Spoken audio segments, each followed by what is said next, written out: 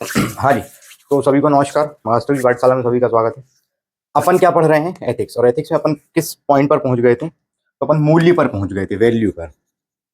मतलब, और मूल्य को पढ़ते हुए हमें ये समझना है कि इन मूल्यों का समाज के अंदर किस स्तर पर और किस तरीके से विस्तार हुआ है, क्यों समझना हमें अनिवार्य है। और ये हम क्यों ये समझने की कोशिश कर रहे हैं कि क्यों अलग अलग समाज में अलग अलग मूल्य, अलग अलग धारणाएं, अलग अलग परंपराओं को, अलग अलग संस्कारों को लोग मूल्य मान लेते हैं।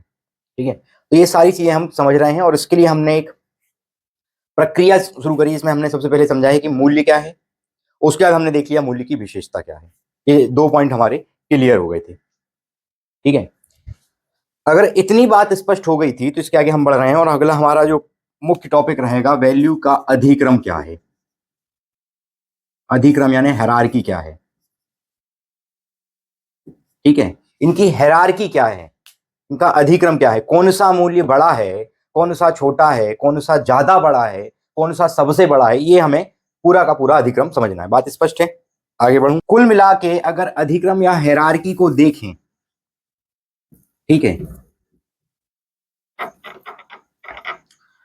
कुल मिलाकर अगर अगर हम अधिक्रम को देखें तो ये जो अधिक्रम होता है इसमें मोटा मोटी एक ही बात है कि एक जो होगा वो डॉन होगा, ठीक है, बाकी सारे इसके नीचे होंगे और एंड ऑफ द एंड छर्रे तमंचे तक होंगे। ठीक, ये ये हायरार्की सिस्टम है। मूल रूप से अगर देखा जाए तो ये समाज जो है वो एक हायरार्की में ही चल रहा है। ठीक है, ये पूरा समाज जो है वो एक हायरार्की में बना हुआ है। और आजकल एक बहुत प्रचलन में शब्द चलता है, ठीक है, ये सिस्टम जो है वो गटर है और हम उसके काकरोच हैं। यही ट्रेंड में चल रहा है आजकल। ठीक है, लेकिन ना तो इन काकरोचों को ये मालूम है कि ये सिस्टम क्या है, ठीक है, और ना गटर का मतलब मालूम है, वास्तविक सत्यता है। ठीक है, और ना कुछ मालूम है। देखो, वास्तविक सत्यता को समझने की कोशिश करना, एकदम से बहुत तीव्र गति से हाइपर होने की जरूरत नहीं है कोई चीज में। ठीक है, सिस्टम दो तरीके से सुधर सकता है, या तो ये सुधरा हो या ये सुधर जाए। बात समझ आ रही है? तो ये सुधारने की जिम्मेदारी अपने पास, बोलो, है क्या? नहीं। हम कुछ कर सकते हैं? नहीं। आप कितना ही प्रयास कर लो, बोलो कि डॉन सुधर जाएगा, डॉन कैसे सुधर जाएगा? वो अपने हिसाब से जिएगा। इस डॉन की पोस्ट तक पहुंचने के लिए आपके पास पावर है, बोलो हो कि नहीं हो? आपके पास कुछ जिम्मेदारियां हैं, क्या आप इन सारी जिम्मेदारियों को पूरा कर रहे हो? बोलो, नहीं कर रहे। जब नहीं कर रहे हो तो इधर सुधरने की गुंजाइश क्यों एक्सपेक्ट करते हो? बात समझ आ रही है? समाज जो सोसाइटी है वो एक सिस्टम है और सिस्टम के अंदर सारे लोग जो हैं एक हायरार्की में ही जमे हुए हैं। सारे लोग एक हायरार्की यानी अधिक्रम में ही सजे हुए हैं। हर व्यक्ति अपने से ऊपर की पोस्ट के व्यक्ति के नीचे काम कर रहा है। हर निचला व्यक्ति, ठीक है, उस ऊपर वाले की सुन रहा है। खुद से बुद्धि लगा ही नहीं रहा है। और जब तक खुद से बुद्धि नहीं लगाएगा तो सुधार कैसे होगा? बात समझ रही है? बोलो, बात समझ आ रही है? तो ऐसा ही होता है अधिक्रम का मामला। अधिक्रम का मामला ऐसा है, ठीक है, अधिक्रम यानी यही होता है कि ये सारा एक सिस्टम जो है वो ऊपर से नीचे और नीचे से ऊपर की ओर सजा हुआ है। ठीक है, नीचे से ऊपर की ओर और ऊपर से नीचे की ओर सजा हुआ है, जिसमें टॉप पर रहता है डॉन और उसके बाद फिर नीचे नीचे गुंडे, मवाली, सारे लोग होते होते आखिरी में आते हैं छर्रे तमंचे। ठीक है, अब ये मत बोल देना जनता गुंडा मवाली कह दिया। ठीक, तो मैं एक प्रक्रिया बता रहा हूं। ठीक, या आप ऐसा देख लो तो ये राजा, ठीक है, और यहां पर आओगे सबसे नीचे होती है प्रजा। बीच में देखोगे तो प्रधानमंत्री, मंत्री, मंत्री परिषद, ठीक है, उनके अधिकारी, सेना, फलाना ढिकाना, दुनियादारी, सब कुछ ये सारा इसी के बीच में रहता है।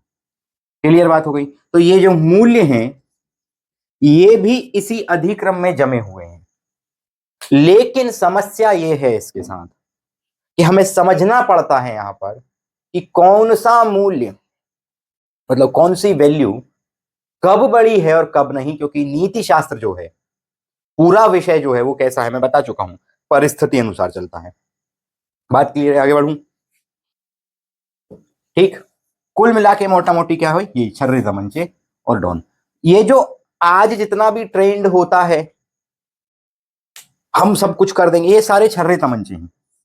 ये छर्रे तमंचे सब बजते हैं बस, चिल्ला चौट करेंगे। आज तक इनने डॉन को नहीं देखा, लेकिन मुंह बराबर चला रहे हैं। बात समझ रहे हैं ना? ठीक है। और सबके पास अपने अपने अधिकार हैं, ऐसा नहीं है कि किसी के पास, छर्रे तमंचों को भी अधिकार है, कुछ मालूम हो चाहे नहीं मालूम हो। ठीक है, कुछ मालूम हो या नहीं मालूम हो, उठाओ किताब संविधान की और बोलना चालू कर दो। किसी ने पूरा संविधान समझा नहीं होगा, पढ़ा सबने हो सकता है कि पढ़ा हो, पर समझा नहीं होगा। समस्या है। इसके ऊपर जो मवाली होते हैं इनको भी वही है, मतलब इनके ऊपर के जो अधिकारी होंगे उनके पास भी अधिकार है कि इनको दबाया जा सके इनको। ठीक है, ये पूरे तरीके से समर्पित रहते हैं, और छर्रे तमंचे जो हैं अपने ऊपर के अधिकारी के नीचे रहते हैं पूरी तरीके से। ठीक है, और पूरी तरीके से समर्पित हैं। बड़े बाबू ने जो कह दिया है वो सच कहा है, उसके अलावा वो कुछ हो ही नहीं सकता सत्य, खुद की बुद्धि नहीं लगाते। क्लियर बात है ना? तो ये है पूरा सिस्टम, और इसी में मूल्य भी है। लेकिन मूल्यों के साथ यही समस्या है, ये परिस्थिति के साथ बदलने वाले विषय का हिस्सा है,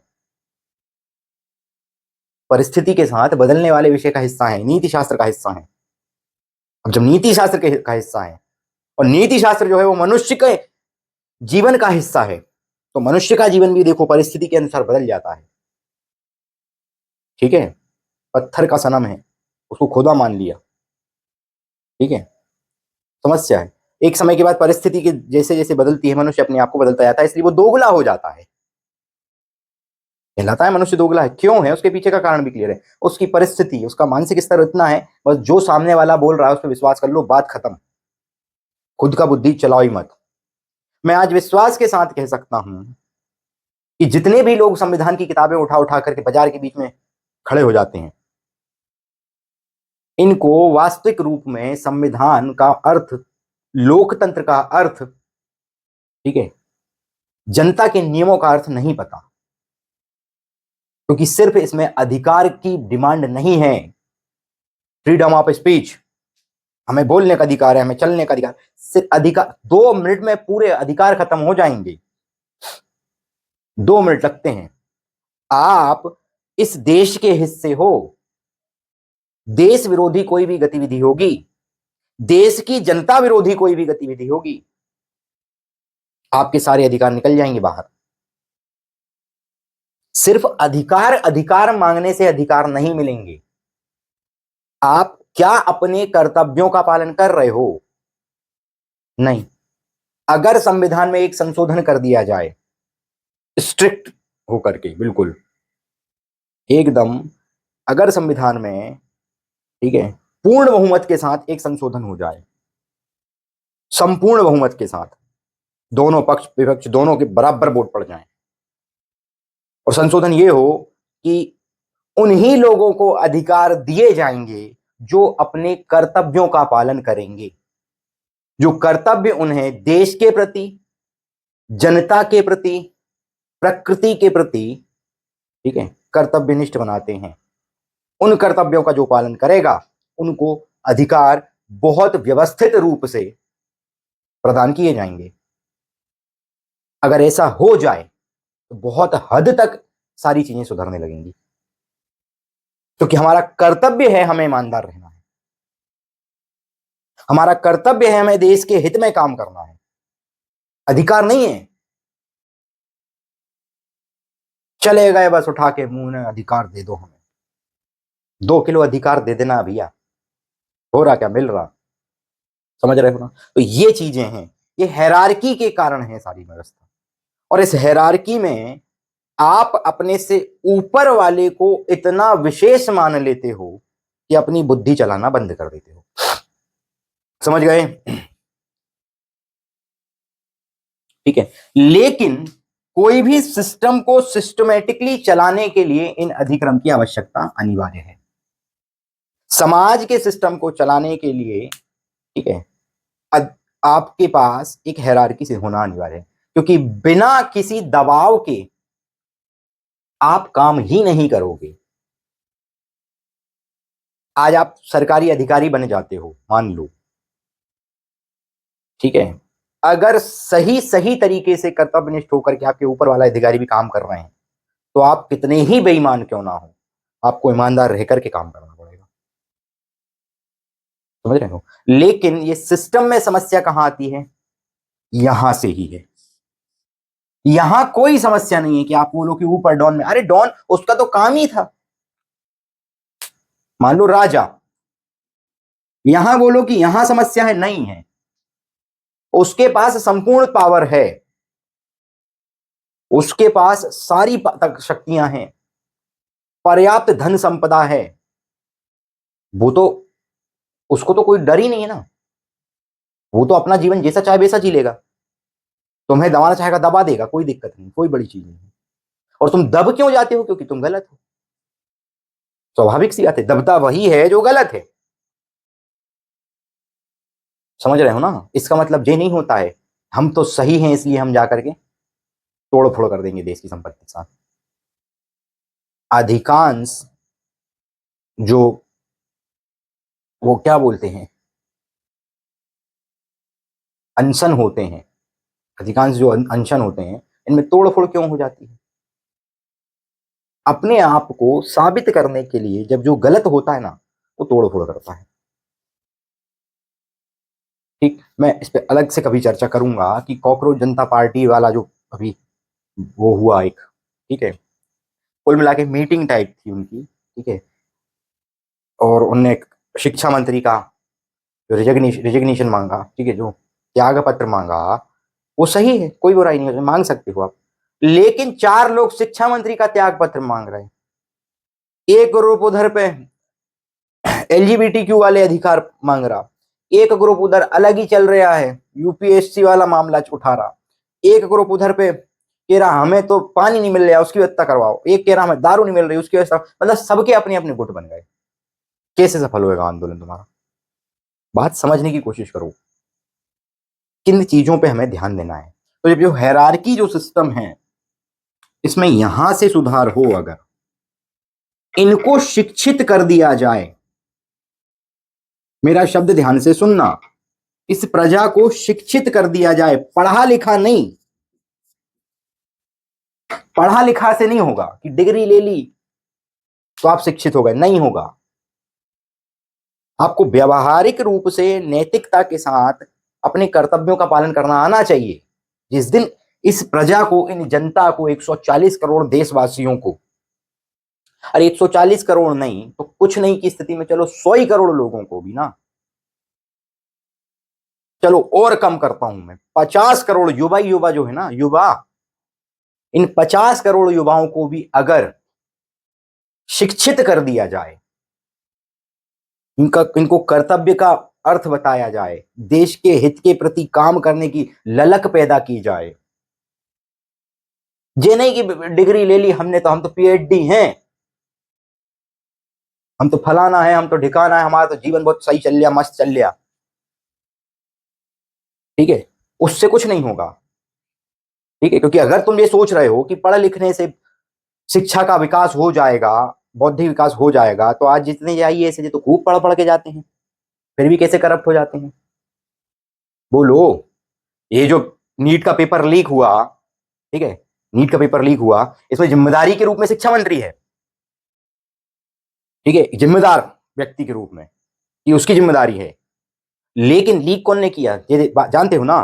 कोचिंग इंस्टीट्यूट वाले में वो कौन है? वो तो पढ़े लिखे हैं भाई, नीट के बच्चों को पढ़ा रहे हैं, एमबीबीएस के लिए जाएंगे वो, एमबीबीएस करने के लिए उसके पहले का जो एंट्रेंस है वो कितना हार्ड है, फिजिक्स केमिस्ट्री बायोलॉजी वो पढ़ा रहे हैं, तो वो तो ज्ञानी है। फिर कैसे करप्ट निकल गए? फिर कैसे लीक हो गया?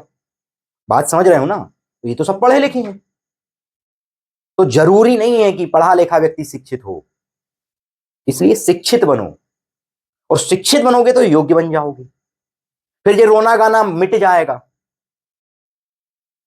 कौन सा वाला? आरक्षण। मेरे को मालूम, मेरे को 100 में से 90 नंबर लाना, मैं 90 नंबर की तैयारी करूंगा, बात खत्म।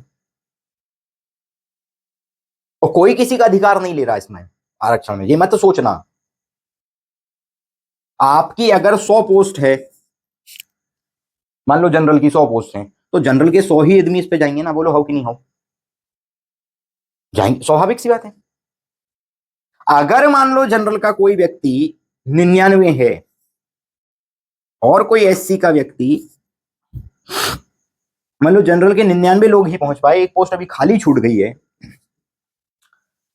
ठीक है, और कोई एससी के बच्चे ने अगर मान लो 85 या 90 नंबर ले आया, तो इसको उस जगह भेजेंगे, तुम इस पे चढ़ जाओगे, जनरल से कंप्लीट कर लिया और फलाना हो गया और ढिकाना हो। अरे भैया तुम भर नहीं पाए, पूरी नहीं कर पाए, तो वो उसको योग्य था इस पेपर को निकाल करके, उसने अपने शिक्षा के स्तर को दिखाया, एटलीस्ट पेपर निकालने तक के स्तर को तो दिखाया। बात समझ रहे हो? खत्म ऐसे नहीं होता आरक्षण, आप बराबरी पे लाओ और उनको बराबर का सम्मान देने लगो, खत्म हो जाएगा। देने लगे हैं, ऐसा नहीं कह रहा नहीं दे रहे हैं, सब देने लगे हैं, देखो अब सुधार हो गया है। लेकिन ये नेताओं ने क्या किया, जो इस आरक्षण के बूते पर अपनी रोटी सेंक रहे हैं, इन्हें क्या किया, इन्होंने ये कर लिया, ठीक है, मैं राजा को गलत नहीं बोल रहा हूं, कोई भी राजा हो कभी गलत नहीं हो सकता वो, क्योंकि उसको मालूम ही नहीं नीचे क्या चल रहा है। मालूम चले तो कैसे चले, तुम घर ही घर में लड़ ले रहे हो, ठीक है, सोशल मीडिया पर ने पोस्ट कर दिया ये वाला मुद्दा आजकल बहुत ट्रेंड में है, ऐसा हो गया वैसा हो गया, क्यों हो रहा उसके पीछे का कारण किसी ने समझा नहीं, क्लियर बात है ना? तो हमें अधिक्रम में इन चीजों पे ध्यान देना पड़ता है, बात क्लियर हो रही है? तो ध्यान दो अब कि कोई भी सिस्टम को चलाने के लिए अधिक्रम की आवश्यकता है, क्योंकि दबाव के बिना आप काम नहीं कर पाओगे, ये बात तय है, लेकिन ऊपर से नीचे तक और नीचे से ऊपर तक, मालूम है ऊपर से नीचे तक नहीं सुधार हो पा रहा है। बड़े बड़े शिक्षक इसमें इन्वॉल्व है, नीट के पेपर कराने, अधिकारी भी इन्वॉल्व है, मंत्री भी इन्वॉल्व होंगे, नेता भी इन्वॉल्व होंगे, स्वाभाविक सी बात है। तो हमें पता है कि नहीं हो पा रहा, तो यहां से सुधार करो, क्योंकि ये नेता आज नेता है, आज से 5 साल 10 साल पहले ये भी तो आम इंसान था ना। अगर वो इसी स्तर पर सुधार कर लेता, ठीक है, तो यहां पे गड़बड़ नहीं होती ना।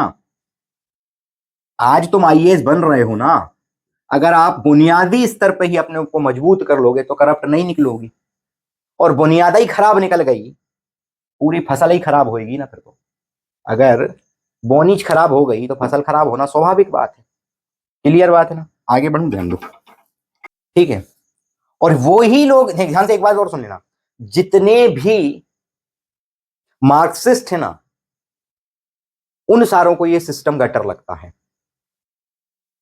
जितने भी मार्क्सवादी हैं, क्योंकि मार्क्स का कहना ऐसा था सब कुछ समान हो जाना चाहिए, वो व्यवहारिक नहीं है रे दादा, हो वो नहीं है व्यवहारिक।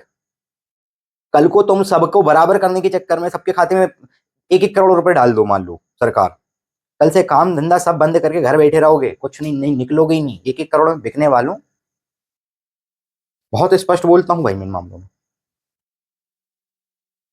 ये जितनी जितनी भी बात सिस्टम सिस्टम सिस्टम की चल रही है, जिनको सिस्टम खराब, देखो समस्या हर जगह है, हमें समाधान क्या है वो उस पर ध्यान देना है, क्लियर? आगे बढ़ रहे हैं, ध्यान दो, ठीक।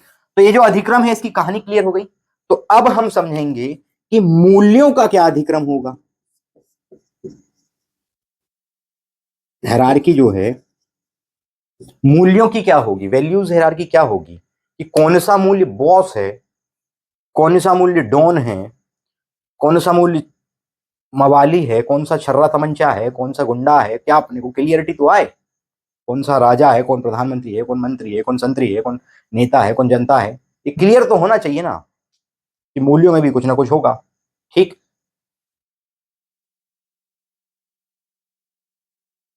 ठीक, तो इसको समझने के लिए एक बहुत सिंपल सा फंडा है, हमें समाज के अंदर देखना है, समाज कौन का, जानवरों का नहीं, दो पांव वाले जानवरों का, क्लियर? दो पांव वाले जानवरों का समाज है इंसान का, ठीक। और इंसान के समाज के अंदर हर इंसान को कुछ ना कुछ हासिल करना, ये तय है, क्योंकि बिना कुछ चीज की प्राप्ति करने के विचार के इंसान चल नहीं सकता ना, क्योंकि उसको कुछ ना कुछ तो प्राप्त करना ही है। किसी को मोक्ष चाहिए, किसी को मुक्ति चाहिए, किसी को पैसा चाहिए, किसी को नौकरी चाहिए। तुम लोग आईएएस बनना चाह रहे हो, आईपीएस बनना चाह रहे हो, अधिकारी बनना चाह रहे हो, तुम्हें अधिकारी बनना फिक्स चाहिए। क्या तुम उसके बाद खुश हो जाओगे तय नहीं है, लेकिन ये पॉइंट फिक्स है कि इतने ये कुछ ना कुछ हर इंसान को चाहिए। जिसकी जितनी सोच जा रही है उस स्तर पे वो सोच पा रहा है। सोच हालांकि असीमित है, आपको कुछ भी चाहिए हो सकता है, इन सब मिले आवश्यक थोड़ी। ठीक है। और समझना, अब मान लो कल को तुम अधिकारी बन गए, ये क्यों बने इसके बाद तुम्हें फाइनल क्या है, ये तो फाइन गोल है तुम्हारा। फाइनल गोल क्या है, क्यों बनना है, ये करेंगे, क्यों करना है, ये होगा, क्या होगा उससे, सुख मिलेगा। बोलो, मिलेगा, हैप्पीनेस मिलेगी। और मैंने तुम्हें अभी बताया था कि हैप्पीनेस इंडेक्स में नॉर्डिक कंट्रीज क्यों टॉप 10 में नाम दर्ज कराती, क्योंकि उनके नैतिक मूल्य मजबूत है। और इनके नैतिक मूल्य मजबूत हैं, ठीक है, उनको जो आनंद की अनुभूति होती है, जो एक्चुअल हैप्पीनेस आती है उनके पास, उतनी तुम्हारे पास कभी नहीं आ पा रही, क्योंकि नैतिक मूल्य कमजोर है। उनके नैतिक मूल्य मजबूत है ना, उनको टेंशन ही नहीं है इस चीज की, वो हर चीज में सफलता हासिल कर सकते हैं। क्योंकि उनके जो सफलता के मापदंड है ना, भाई किसी को शोहरत चाहिए, दौलत चाहिए, मान लो किसी के पास 10 100 करोड़ रुपया आ गया। अब 100 करोड़ आने के बाद क्या वो खुश है, 100 करोड़ सफलता दिख रही है, लेकिन खुशी, तलाक हो गया, मान लो लोग आई से तलाक लिया, 50 करोड़ वो लेके चली गई, लियो। अब एलिमिनी में तुम्हें पैसा देना पड़ेगा, स्वाभाविक है, तुम काबिल हो, क्योंकि 100 करोड़ तुमने लाए हो, दो। अब पूरी खुशी मट्टी में लेट हो गई, समस्या आ गई। तो एंड ऑफ द एंड मनुष्य का या मानव का एक ही लक्ष्य है, क्या, भरपूर आनंद की प्राप्ति। और ये हर किसी को, बोलो, नहीं मिलता। उसको ही मिलेगा, ठीक है, जो आध्यात्मिक रूप से, मानसिक रूप से, और बोलो क्या, वैल्यूएबल रूप से अपने आप को मजबूत करके रखेगा। तो बोलो भैया अध्यात्म कहां से आ गया, मैं बताऊंगा, सारी चीजें क्लियर करते जाता हूं। मैंने बोला मैं सिद्ध कर करके देता हूं विषयों को, ठीक है। तो देखो, तुम मन की शांति अगर रहेगी तो ही आनंद की प्राप्ति होगी। पैसा कमा लिया, चोरी होने का डर रहे लोग बात, अरे तेरा ही पैसा है, तेरी मेहनत है, चोरी हो गया मान लो, वैसे तो नहीं होना चाहिए, गलत चीज है चोरी होना, ठीक है, क्यों किसी के अधिकार को या किसी के हक के पैसे को लेके जाओ आप, लेकिन चोरों से क्या कर लेंगे। चोर अपनी जिंदगी में मस्त है, उन्हें चोरी करके ही आनंद आ रही है उनको, चोर के ले गया। तो लोग डिप्रेशन में, अरे कहाँ का डिप्रेशन, पैसा ही था ना, तू जिंदा है, ये खुशी मना, फिर से कमा लेगा। ये विश्वास रख, लेकिन नहीं रख पाते, क्यों, जो विश्वास वो ही व्यक्ति रख पाएगा जो मानसिक रूप से शांत रहेगा। ठीक है यार, पूरे ही 1000 का सुन हुआ ना, फिर से सुन से खड़ा कर लेंगे 1000। ये है विश्वास, ये विश्वास है, अहंकार नहीं है, ये विश्वास है सिर्फ। किस पे विश्वास है, अपने ऊपर विश्वास है। अपने ऊपर क्यों, हमने उस अपने विश्वास को एक परमात्मा से जोड़ दिया, ये देख लो, अध्यात्म से जोड़ा है। क्लियरिटी आ रही है, ठीक, आगे बढ़ूं, देखो। तो एंड ऑफ द एंड क्या चाहिए, आनंद, पूर्ण संतुष्टि, संतोष। ये मिलता नहीं हालांकि इंसान को, क्योंकि तो लोगों ने क्या किया, इन्हीं को मूल्य मानना चालू कर दिया। सफलता, लगन, मेहनत, लोगों ने सामान्य दृष्टि में इन्हीं को मूल्य कहना चालू कर दिया। क्यों, क्योंकि आप मेहनत करोगे, लगन से काम करोगे, सफल हो जाओगे, मिलेगा क्या, पूर्ण संतुष्टि मिलेगी, आनंद आ जाएगा, मजा आ जाएगा, पैसा आएगा, गाड़ी से हैं हूं करके चले जाएंगे। इसी को उन्होंने क्या किया, सामान्य दृष्टि में इन्हीं को मूल्य मानना चालू कर दिया, और इन्हीं को आप क्या कर लेते हो, सामान्यतः मूल्य लेकर के चलने लगते हो कि हमारा वैल्यू सिस्टम इतना मजबूत है, भाई साहब बहुत मजबूत, बहुत मेहनत से काम करता हूँ, मेरा वैल्यू सिस्टम है, मैं बहुत ईमानदार हूँ, फिर उसी में ऐड करते जाते हैं, बहुत सच्चा हूँ, उसी में ऐड करते जा रहे हैं। कोई कह रहा मैं बहुत भ्रष्ट हूँ, वही उसकी वैल्यू है। क्वालिटी क्वालिटी की बात है भाई, क्वालिटी की बात है, तेरी क्वालिटी ईमानदारी, मेरी क्वालिटी भ्रष्टाचार, बात खत्म। यार है भाई साहब, तुम क्या पैसा कमाओगे, एक बार में, जितनी तेरी तनख्वाह है ना साल भर की, उतने तो एक महीने में छाप लेता हूँ, ये गर्व से कह रहे हैं लोग। ये गर्व से कह रहे हैं। और लोग अरे अपने लिए जियो, क्या जानना दूसरों के लिए जीना, ये भी एक भाव है, ये भी उनकी भाई अपने अपने मूल्य हैं। ठीक। तो धीरे धीरे समाज अपने अपने स्तर पर चीजें देखता गया और वो, लेकिन वास्तविक मूल्य वही है जो, क्लियर रखना, स्पष्ट रखना भाई बात को, वास्तविक मूल्य वही है जो आपको, आपके आसपास के क्षेत्र को, आपके आसपास की प्रकृति को नुकसान नहीं पहुंचा रहे हैं। ठीक है, क्योंकि नुकसान पहुंचाएंगे फिर वो मूल्य नहीं है, वो अनैतिक मूल्य हो गए, नैतिक मूल्य नहीं है। ठीक। लेकिन लोगों ने क्या है, सामान्य दृष्टिकोण में सिर्फ इस चीज की प्राप्ति के लिए, परम सुख, परम आनंद या पूर्ण संतुष्टि, संतोष का भाव तो भाव है वो, खैर पूर्ण संतुष्टि, इस चीज को पाने के लिए अपने अपने हिसाब से मूल्य सेट करते गए। लोगों ने कहा डिसिप्लिन, डिसिप्लिन बहुत अनिवार्य मूल्य है नहीं है, बोलते हो, लेकिन डिसिप्लिन एक हिस्सा है इस चीज को प्राप्त करने का। ठीक है, और इस चीज से इस चीज तक पहुंचने का। क्लियर। ठीक। लेकिन आवश्यक नहीं है बाबू, लेकिन आवश्यक नहीं है कि हर परिस्थिति में हर मूल्य काम आए। अब मान लो आप कार से कहीं जा सकते हो, पैदल चल के मेहनत करके थोड़ी जाओगे, जाओगे क्या? नहीं, क्योंकि परिस्थिति अनुसार चीजें बदल जाती हैं। क्लियर बात हो रही है? तो ये मैंने क्या कह दिया, हर परिस्थिति में। तो अब समस्या आ गई कि ये मूल्य जरूरी भी है कि नहीं है। यहाँ तो मैं गाड़ी का इस्तेमाल कर सकता हूँ, मेहनत की जरूरत नहीं है। मैं आजकल एआई का उपयोग कर सकता हूँ, मेहनत की जरूरत नहीं है। तो समझ नहीं आ रहा अब ये जरूरी है कि नहीं है। ठीक है, लगन की जरूरत भी लोगों को समझ नहीं आ रही यार, क्या करेंगे लगन लगन करके, हटाओ। लगन से काम करके, मेहनत से काम करके क्या मतलब, जब तो एआई है तो ये मूल्य कटने लगे, इनका स्तर गिरने लगा। यहाँ समझना पड़ेगा कौन सी परिस्थिति में कौन सा मूल्य ऊपर होगा, कौन सी परिस्थिति में कौन सा मूल्य नीचे होगा, या कौन सा मूल्य ऊपर ही है और कौन सा मूल्य नीचे ही है। क्लियर? ये बिल्कुल स्पष्ट होना चाहिए था। अब कैसे स्पष्ट होगा, ध्यान से समझो। ठीक है, तो ये मैं बता दूं, ये कभी स्पष्ट नहीं होगा। क्यों? क्योंकि परिस्थिति का मामला है, काय का, सिचुएशन का मामला है। जैसी सिचुएशन जिस चीज की डिमांड करेगी, आपका वो मूल्य उस समय ऊपर हो जाता है। जैसे मान लो, मान लीजिए मैं किसी ऐसी सभा में खड़ा हूं जहां सच ही बोलना है, सच ही बोलना है, स्पष्ट है, तो वहां पर सच का जो मूल्य है वो टॉप पे हो जाएगा। मान लो मैं किसी ऐसी स्थिति में खड़ा हूं जहां ईमानदार रह करके किसी की हम जान बचा सकते हैं, तो वहां पर सच से ऊपर ईमानदारी का मूल्य हो जाएगा।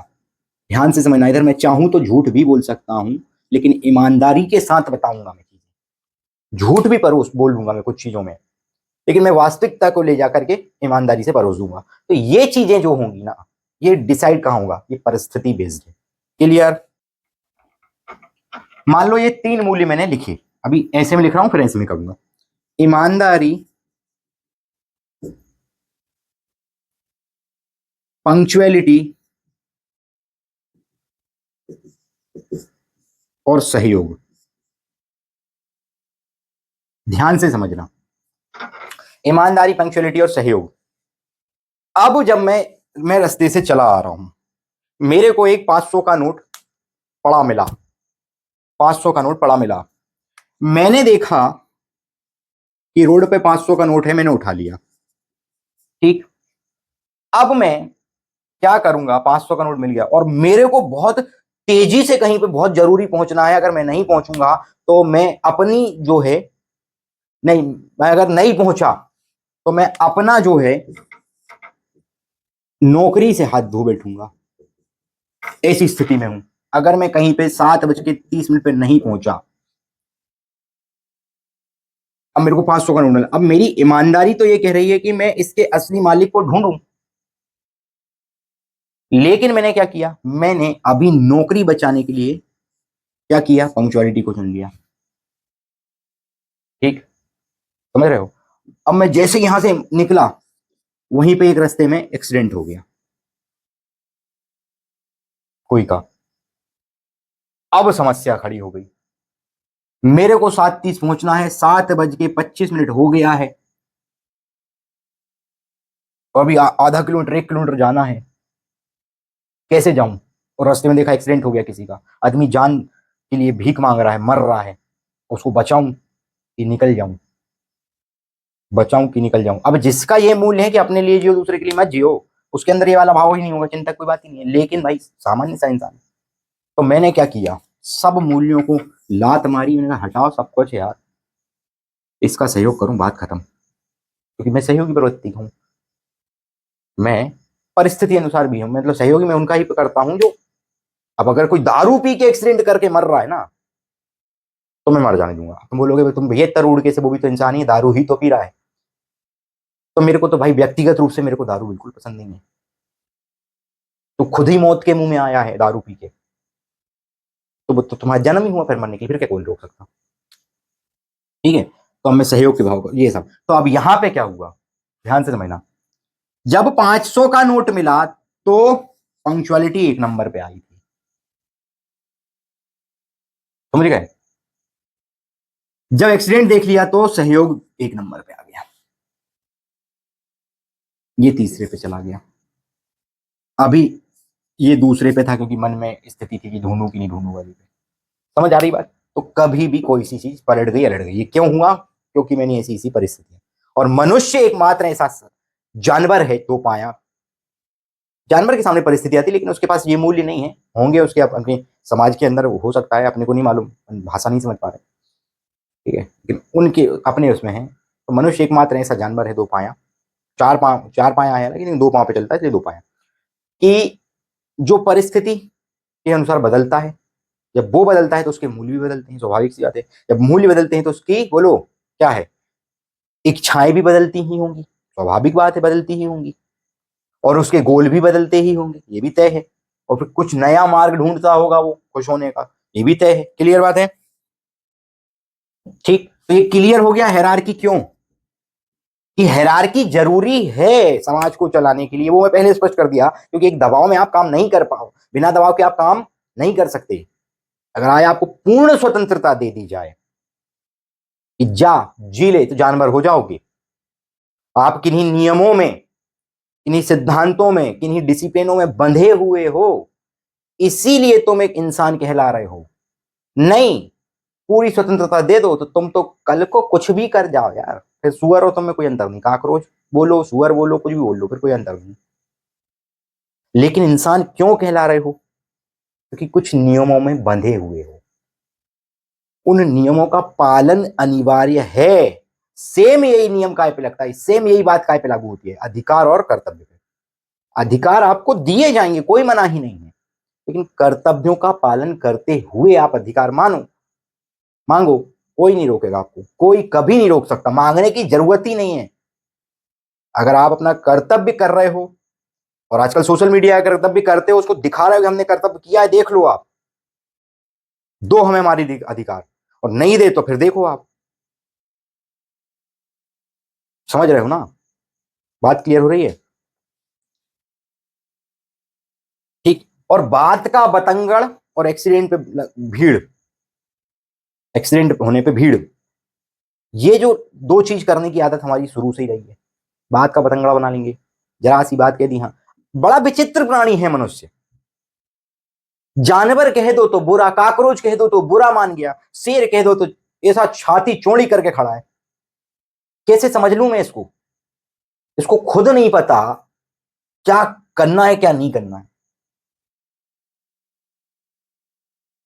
समस्या है ना भाई, सीधी बात है। जानवर बोल दूं तो बुरा मान जाओगे, ठीक, जानवर बोल दूं बुरा मान जाओगे खट से, यार जानवर नहीं है, हम इंसान है, ठीक।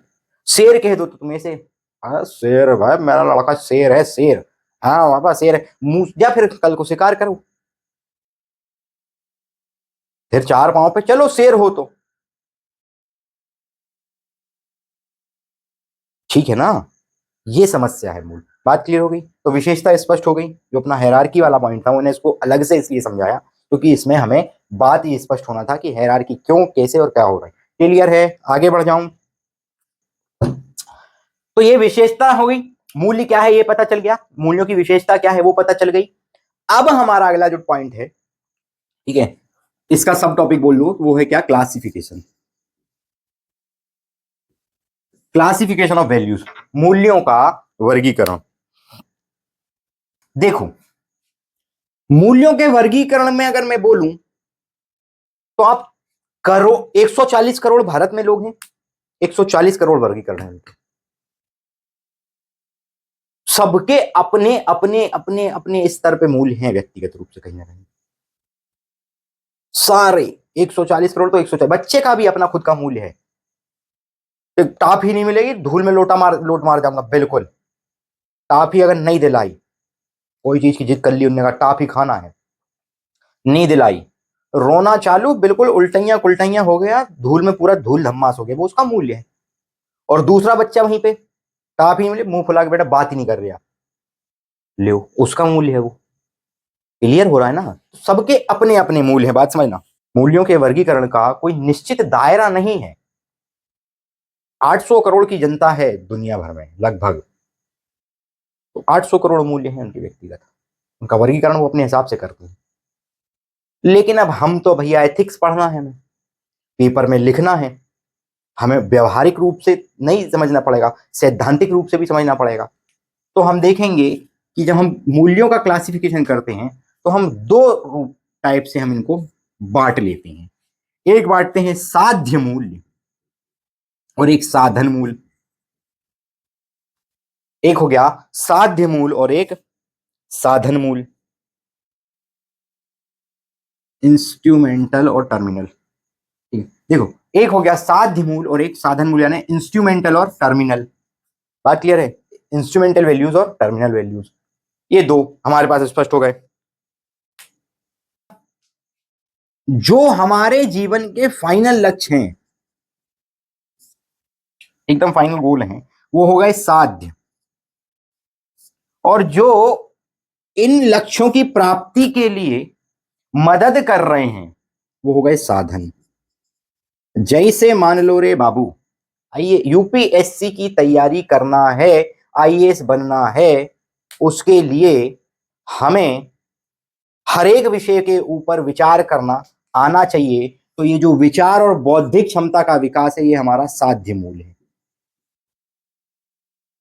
बौद्धिक क्षमता का विकास होना ही चाहिए, ये साध्य मूल्य है। अब कैसे हो, तो उसके लिए मास्टर पढ़ाएगा, बताएगा, घंटों घंटों चिल्लाएगा, किताबें पढ़ेंगे, ये किताबें क्या हो गए, साधन मूल्य। क्लियर बात हो रही है, मतलब आप किताब पढ़ोगे, समय दोगे उसके ऊपर, कीमत चुका रहे हो, देख लो, इसलिए मूल्य कह रहा हूं। समझ आ रही ना, समय क्या कीमत चुकाओगे उसके प्रति, किताबों को पढ़ के, मास्टर को सुन करके, दिमाग लगा करके, विचार ला ला के, दिमाग को बिल्कुल खुला चारों तरफ से रख करके चौतरफा बुद्धि लगाओगे, तब जाके आपको ये साध्य प्राप्त होगा, आपका बौद्धिक विकास हो जाएगा, आप एक आईएएस बन जाओगे। बोलो हो कि नहीं हो। इसके लिए आपको क्या करना पड़ेगा, प्री देना, मेंस देना, इंटरव्यू देना, ये साधन है। क्लियर हो रहा है बात, ठीक। अब सामान्य जीवन में उतर जाऊं मैं, आईएएस यूपीएससी से बाहर आऊं, तो हम मानव समाज को पढ़ना मैंने। तो देखो, समाज के अंदर साध्य मूल्य क्या है, मैंने अभी बताया है। सबसे फाइनल साध्य मूल्य क्या है, सुख, जो हर किसी के बस में नहीं है, मान लेना ये बात, हर किसी को नहीं मिलता। सुख है, सहयोग है, देश हित, ये सबसे बड़ा मूल्य है। ये सहयोग की भावना, देश हित की भावना, प्राकृतिक हित, ये आपके साध्य मूल्य हैं। ठीक है, ये आपके साध्य मूल्य है। क्लियर बात हो रही है। सुख की प्राप्ति के लिए आपको क्या क्या चाहिए, ईमानदारी चाहिए, चाहिए बोलो हो कि नहीं, सहयोग भी चाहिए। आप बोलोगे यार भैया सहयोग तो साध्य साधन कैसे हो गया, बताऊंगा, अब भी क्लियर करता हूं। इस सुख की प्राप्ति के लिए ये सहयोग साधन मूल हो गया। ईमानदारी इस सुख की प्राप्ति के लिए साधन मूल्य हो गया। अब कैसे हो गया जी, समझो, तो समझो, ठीक है, ये सुख ईमानदार रह करके, सहयोग करके, प्रकृति से प्रेम करके सुख प्राप्ति होगी, बिल्कुल होगी। ठीक है, सुख प्राप्ति होगी। जैसे यूपीएससी के लिए, यूपीएससी आपको करना है, आईएएस बनना है, सबसे बड़ा साधन मूल्य क्या है? ये आपको सुख देगा, ठीक है, दे दिया। कईयों को देगा, कईयों को नहीं भी देता है ना, वो बात मान लेना, क्योंकि मान लो अगर करप्शन में अंदर होगा ना तो सब सुख खत्म 2 मिनट में, है ना, तो बात अलग हो जाएगी। तो इसके लिए सबसे बड़ा साधन मूल्य क्या है? डिसिप्लिन।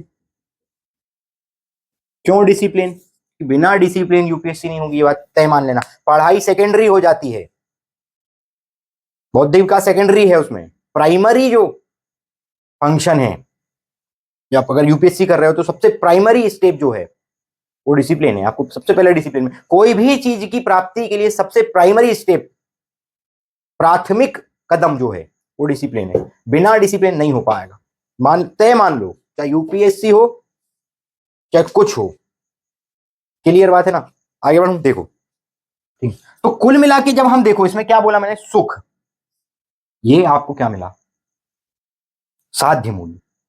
मतलब ये टॉप पे है। मतलब जब हम हायरार्की देखेंगे, मतलब जब हमने हायरार्की देखी, अधिक्रम को देखा, तो ये सुख जो है ये टॉप पे है, और इसके नीचे फिर नीचे फिर नीचे फिर जितने भी नियम हैं, जितने भी मूल्य हैं, वो क्या हो? ये साध्य है। ये इसके नीचे, इसके नीचे, इसके नीचे, ये सब साधन होगा कि नहीं इसकी? बोलो बोलो, हुए कि नहीं हुए? ये साध्य है, ये साधन है। सबसे नीचे, सबसे नीचे आपको क्या मिलेगा? साधन। लेकिन जब हम नीचे से ऊपर की तरफ बढ़े, तो ये तो साधन है, ये साध्य है। बोलो हो कि नहीं हो? कैसे? मैं तुम्हें लिख के बता रहा हूं कुछ। सुख मतलब IAS। बोलो हो कि नहीं हो?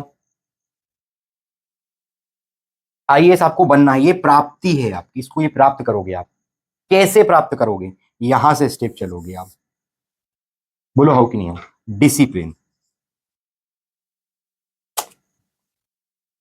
यहां से स्टेप चलोगे आप, कैसे? डिसिप्लिन। ठीक। डिसिप्लिन क्या है? एक साधन, काय का? इस तक पहुंचने का। क्या सीधे इस तक पहुंच जाओगे? नहीं। पढ़ाई। ठीक, पढ़ाई। डिसिप्लिन में रहोगे, पढ़ाई करोगे। डिसिप्लिन में रहोगे तो क्या कर पाओगे? पढ़ाई कर पाओगे। क्या कर पाओगे? पढ़ाई कर पाओगे। तो ये पढ़ाई जो है, ठीक है, पढ़ाई जो है इससे प्राप्त हो रही है, डिसिप्लिन से। डिसिप्लिन से प्राप्त हो रही है, ध्यान से सुनना। तो ये क्या हो गया? हो गया नहीं हो गया? साध्य मूल्य हो गया कि नहीं हो गया? पढ़ाई करोगे तो क्या होगा? बौद्धिक विकास होगा। समझ के साथ पढ़ाई करोगे तो, समझ के साथ पढ़ाई, बौद्धिक विकास होगा। किससे बौद्धिक विकास हुआ? ध्यान से समझना मेरे बच्चे। किससे हुआ? डिसिप्लिन से हमें बौद्धिक पढ़ाई मिली, समझ के साथ। और इस पढ़ाई को समझने के बाद हमारा बौद्धिक विकास हुआ। बोलो हो कि नहीं हो? हुआ कि नहीं हुआ? अरे बोलो हाँ। ठीक है, तो देखो, बौद्धिक विकास हुआ, ये साधन हो गया। इस तक पहुंचने का साधन क्या है? पढ़ाई। पहुंचे कहां? बौद्धिक विकास के पास। बौद्धिक विकास के पास पहुंच गए, ये आपका क्या हो गया? पॉइंट, लास्ट पॉइंट हो गया, डिपार्चर पॉइंट हो गया। यहां उतर गए आप, उतर गए। क्या आपको यहीं उतरना है? नहीं, यहां पहुंचना है। बस बदलो, ये साधन देखो। चलो, सबसे पहले डिसिप्लिन नामक बस में बैठे, बस में बैठने के बाद कहां पहुंचे? समझदारी सहित पढ़ाई करने पे पहुंचे। ये देखो, ये पॉइंट आ गया आपका, एक साधन। इस साधन से इस साध्य तक पहुंच गए। इस साधन साध्य को साध्य ही माने बैठे रहोगे तो पढ़ते ही रह जाओगे। लेकिन हमें तो यहां पहुंचना है, आगे बढ़ना है। आगे कैसे बढ़ोगे? अब इस साध्य को साधन बना के आप क्या हुआ? बौद्धिक विकास तक पहुंचे। बोलो हो कि नहीं हो? तो ये जो अभी तक इसके लिए साध्य था वो इसके लिए साधन हो गया। बात समझ आ रही है? बात समझ आ रही है? मतलब हर देखो ऊपर वाला साध्य होते जा रहा है, नीचे वाला साधन होते जा रहा है। ऊपर वाला साध्य, नीचे वाला साधन, ऊपर वाला साध्य, नीचे वाला साधन। सबसे टॉप पे मतलब साध्य फिक्स हो गया अपने पास। अब बौद्धिक विकास से आप क्या कर पाओगे? प्री मेन इंटरव्यू निकाल पाओगे? बोलो हो कि नहीं हो? निकाल पाओगे कि नहीं निकाल पाओगे? ये साध्य हो गया, ये साधन की मदद से हम यहां तक पहुंच गए, बौद्धिक विकास साधन से। ये साध्य हो गया, ये साधन हो गया। अब जैसे ही निकले मेरिट नाम आ गया, आईएएस बन गए, फाइनल हो गया आपका, फाइनल साध्य। देख लो आप, ये जो जितने भी बीच के हैं, इसके और इसके बीच में लास्ट वाला आपका साधन फिक्स है, टॉप वाला आपका साध्य फिक्स है। इसके बीच में जितने भी आए वो अगले अपने निचले अधिक्रम में, अपने निचले अधिक्रम में चेंज होते गए। अगर ऊपर से देखोगे तो साध्य फिक्स है, ये साधन है इस तक पहुंचने का, ये साधन है इस तक पहुंचने का। ये वाला जो है प्री मेंस इंटरव्यू बौद्धिक विकास के लिए साध्य हो गया। बात क्लियर हो रही है?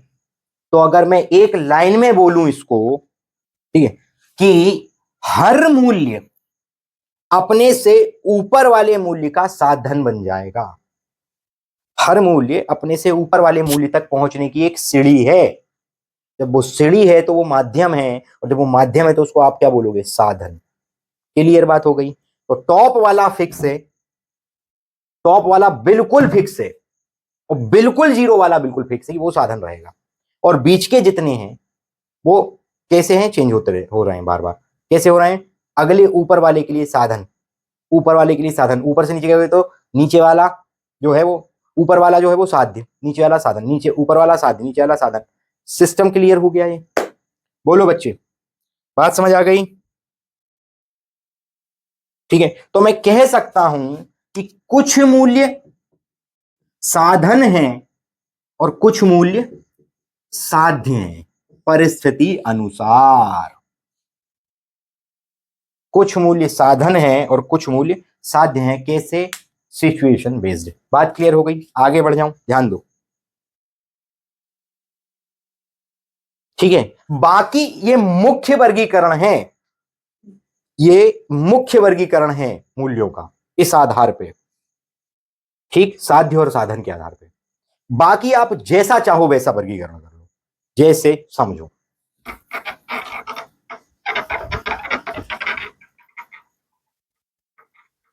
जैसा चाहो वैसा वर्गीकरण कर लो, मतलब कैसा भी कर लो।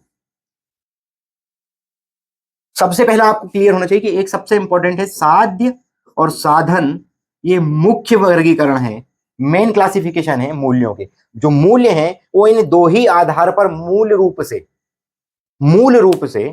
वर्गीकृत होंगे, साध्य और साधन। ये स्पष्ट रहना चाहिए कि हायरार्की जब आप देखोगे तो कुछ मूल्य आपको साधन मिलेंगे और कुछ मूल्य साध्य मिलेंगे। हर ऊपर वाला मूल्य है ना अपने निचले मूल्य का साध्य बनेगा। ये स्पष्ट हो गया। अब जो है आप कैसा भी कर सकते हो, ठीक है। आप बोल दो यूनिवर्सल मूल्य, और बोलो और क्षेत्रीय मूल्य,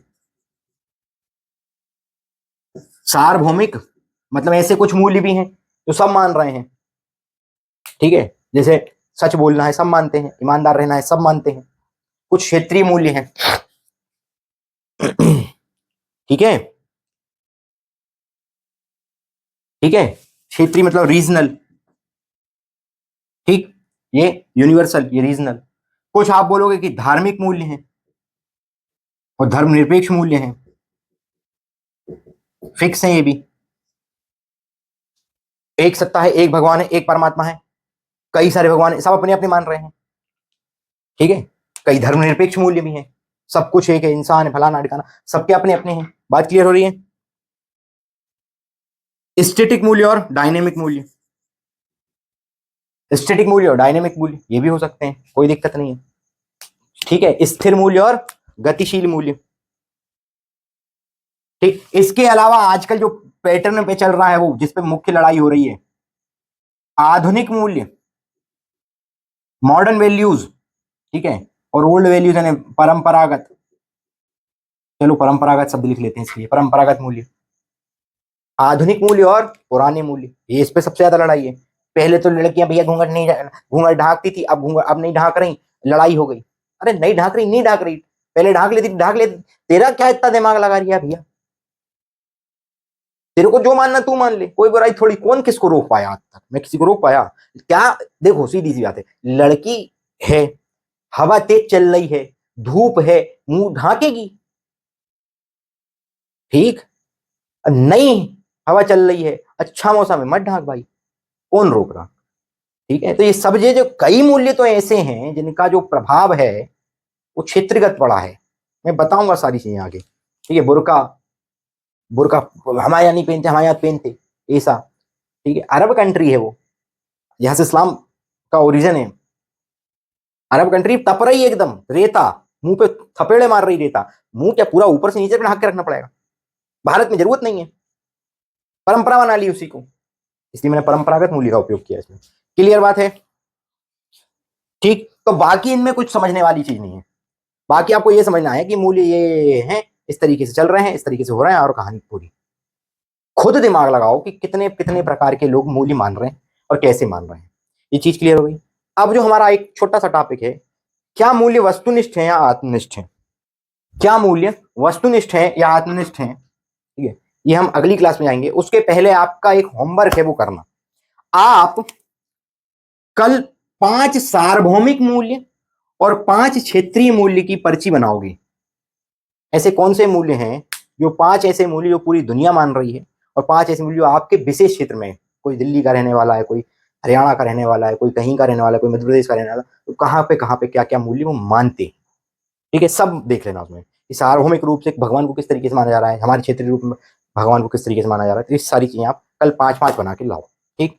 तब तक के लिए आज इतना पर्याप्त है। कल हमारा जो अगला पॉइंट है वस्तुनिष्ठ है आत्मनिष्ठ है, इसके बाद हमारा मूल्य वाला चैप्टर यहाँ पे सब क्लोज हो जाएगा, पूरा क्लोज नहीं होगा, छोटा सा हिस्सा उसका जो क्लोज कर दूंगा। ठीक, चलिए, इतना।